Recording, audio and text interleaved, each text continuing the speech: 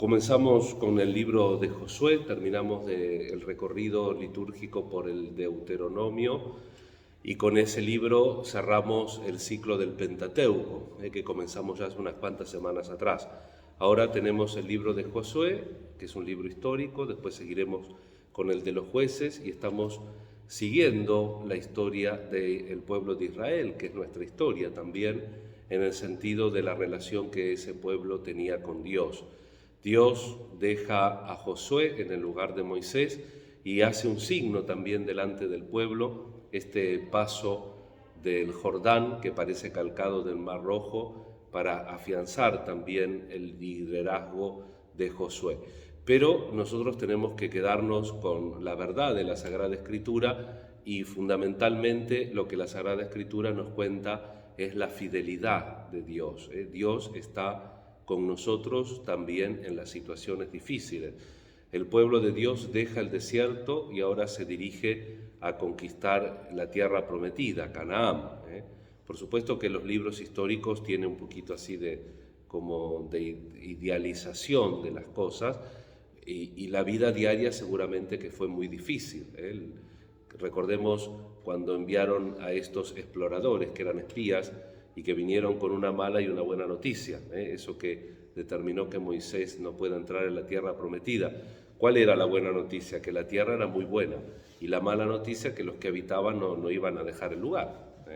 Entonces ahora se van poniendo en los alrededores y de a poquito tienen que ir integrándose a esa tierra de promisión con todo lo que significa la libertad del hombre que Dios ha creado libre y por lo tanto las causas segundas que tienen que enfrentar ese pueblo día a día.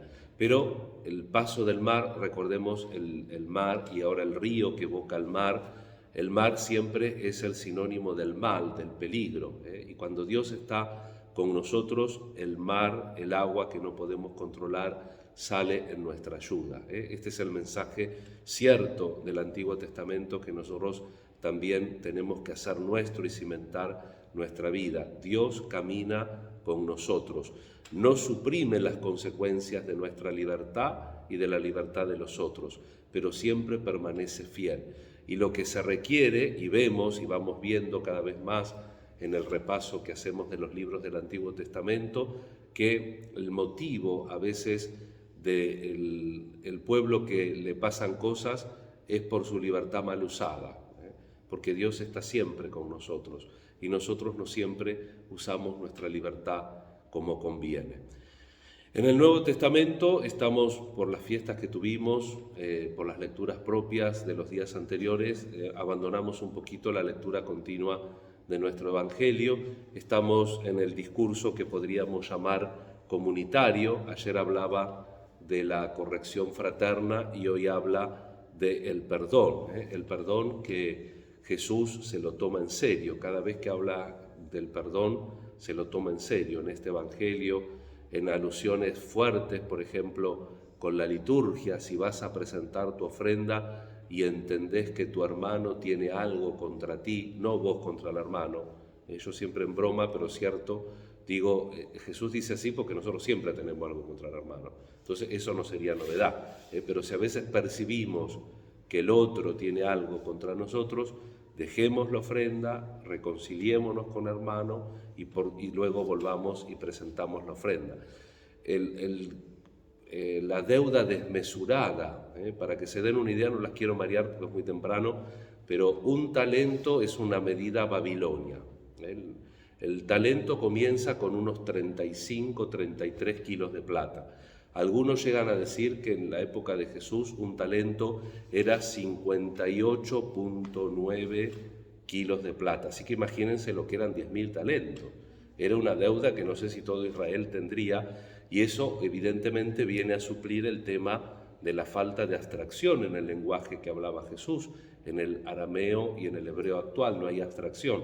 Entonces, de alguna manera está diciendo la gran misericordia de ese rey con ese siervo que le pide que le perdone una deuda impagable por donde se la mire, y después el otro por 100 denarios mete a la cárcel al compañero. Miserable, no hay otra palabra, miserable. ¿No tendrías que haber hecho tú lo mismo? Y de la misma manera hará mi Padre Celestial con ustedes si no perdonan de corazón a quien lo necesita. Y en el Padre Nuestro, o sea, se ve que Jesús tenía la idea fija con el perdón. Algo debe haber con eso. Entonces creo que no puede ser un elemento secundario en nuestra espiritualidad.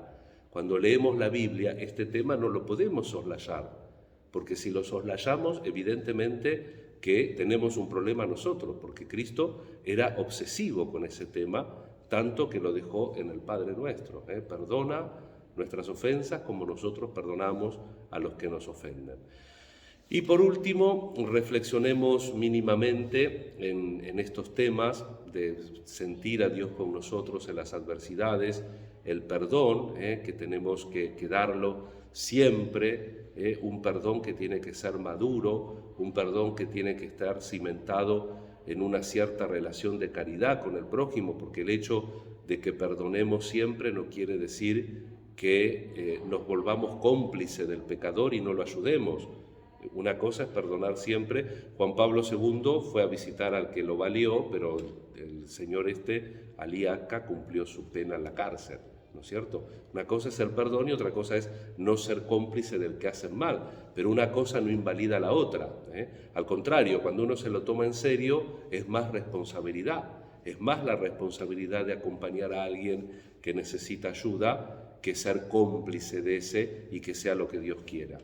Entonces pedir al Señor esa madurez cristiana que tiene que ver también con el tema de los jueves, ¿no? Que rezamos mucho por las vocaciones. Necesitamos vocaciones que estén cimentadas en estos principios del Evangelio, en esta alianza que tiene que ser individual de cada uno con Dios, en este sentir a Dios presente también en medio de las luchas, de las dificultades, en este Dios que nos exige el perdón siempre al hermano. 7 veces no, 70 veces 7, es decir, siempre tenemos que perdonar. Y como rezábamos en la oración de la misa, algo que se dice porque la misa es para pedir por las vocaciones religiosas, pero en definitiva es por toda vocación que tenemos que transparentar con nuestra vida el reino de Dios. Tenemos que transparentar con nuestra vida el reino de Dios.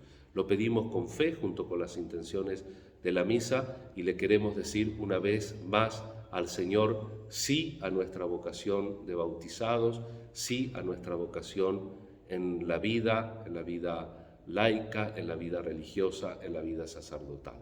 Pedimos que siempre seamos fieles y podamos estar cada vez más cerca de lo que Jesús nos propone en el Evangelio. Que así sea.